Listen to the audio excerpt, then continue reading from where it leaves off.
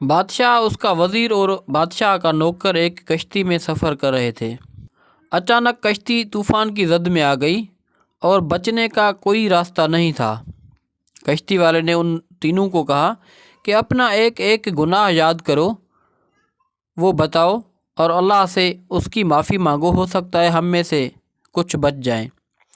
سب سے پہلے بادشاہ نے کہا کہ میرا سب سے بڑا گناہ یہ ہے کہ میں نے وزیر کو کام سے باہر بھیجا اور اس کی بیوی سے ملنے گیا۔ وزیر کی بیوی سے میرے ناجائز تعلقات تھے، میں اس کے لیے معذرت خواہ ہوں۔ وزیر نے کہا کہ جب بادشاہ کسی کام سے ملک سے باہر جاتا تھا تو میں رانی سے ملنے جاتا تھا۔ رانی کے ساتھ میرے ناجائز تعلقات تھے، میں اس گناہ کی معافی مانگتا ہوں۔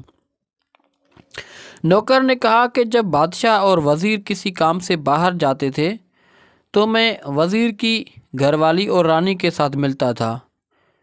یہ سن کر ملاح نے پانی میں چھلانگ لگا دی اور کہا کہ یہ ٹولہ ہی، یہ گروہ ہی مجرموں کا ہے، کشتی پار نہیں ہوگی۔ لہذا دوستو، آپ کا ملک، ہمارا ملک کبھی نہیں سدھرے گا اگر یہ بدماشوں کے ایک گروپ کے، کیونکہ یہ بدماشوں کے ایک گروپ کے ہاتھ میں آ گیا ہے۔